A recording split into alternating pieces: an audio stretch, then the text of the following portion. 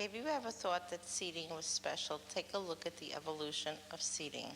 George Way's collection. Mr. Way, tell us about the seats that you have in this room. Well, this is an interesting room, like all the rest of them, where we have the changing of seat styles through the centuries. Here we have a nice joint stool, then we have a back stool, then we have a Charles I chair, and then we go into the Oliver Cromwell period. And as you see through the centuries and through the years, the chairs become they're heavy, then become much lighter as the years go by. Here we have another panel back chair like we had in the Elizabethan room, very heavy. And then when we get to Oliver Cromwell, we have leather, much lighter, but hardly any carving. And then we're getting into the later period from 1670, 1680, where we show the crown and cherubs supporting the crown. This is interesting because it has the original webbing still on it from the 1600s. And here we have a type of chair which is from Yorkshire, England, made in the district of Yorkshire, with nice rich carving. Also, again, it's kind of heavy, but as you can see, the piercing, no more solid backs anymore. And we have a few different types of stools here with ball turnings, baluster turnings, an oval shape, which is unusual. And now we're getting into the use of cane, no more paneled seats anymore. They're much lighter, they're pierced, and they show a lot of decoration. Cherubs, crowns, acanthus leaves, and the use of walnut, which was a nice, beautiful wood to look at. Why were the chairs of that particular period so heavy? You mean in the earlier period? Well, they were heavier because there weren't many carvers at that time, and the panel backs kept the cold air from your back, okay? So when years got on, caning became very popular. They became lighter because, the need for comfort was more important in a home in the late 1600s. And once again, this chair is from England? Yes, it's English, and it dates about 1660. Here's another one from England, but this is a nice one because it shows the wings and two nice figures supporting a crown. And here we have a nice Dutch chair from 1690. As you can see, it's a nice tall back and all pierced, which makes the chair much lighter, and upholstery, which is now, comfort. And that's the original upholstery? Well, that was replaced probably in the 19th century. Most material doesn't last that long, but this one does have the original needlework from the 1600s.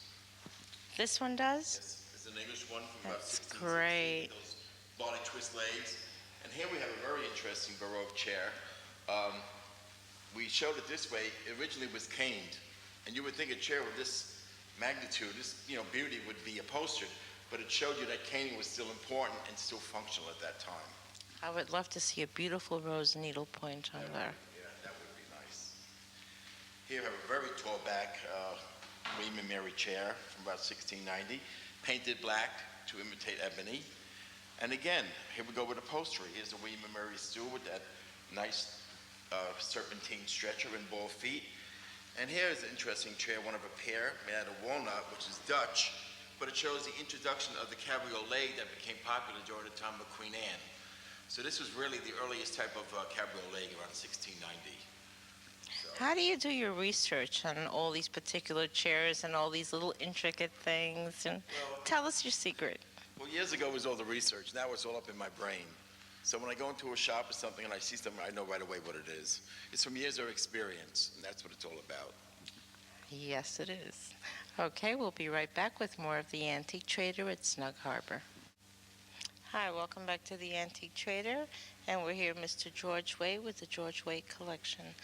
Mr. Way, tell us about these paintings that you have here.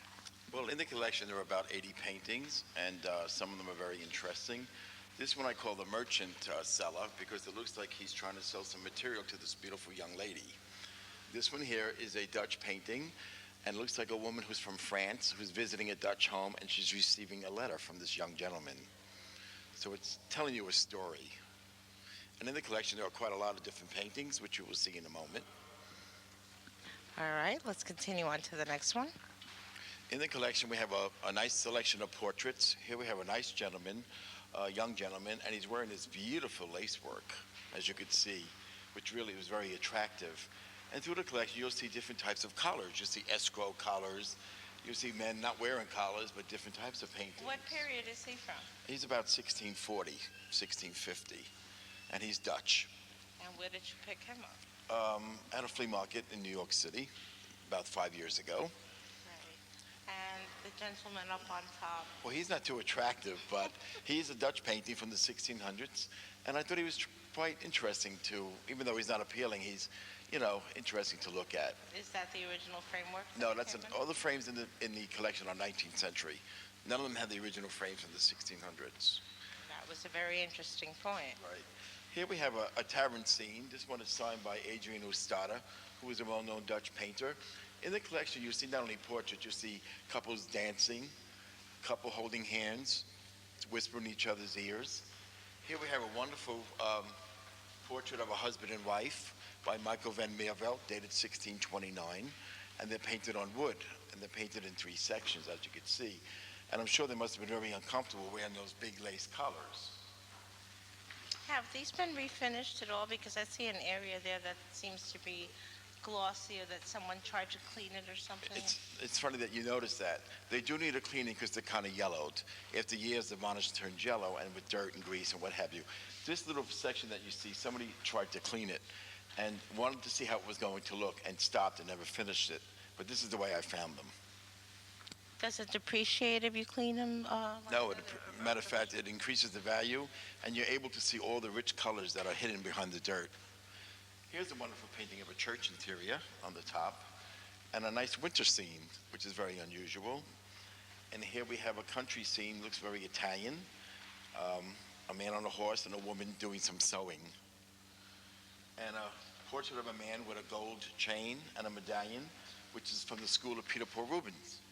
And there's a portrait of a man with a beard wearing a lace collar, painted on wood, also Dutch 1600s. And I'm very interested in the frame. Could you It's a tell us very something interesting about frame. It's fairly new. The frame is only about 5 years old, if that.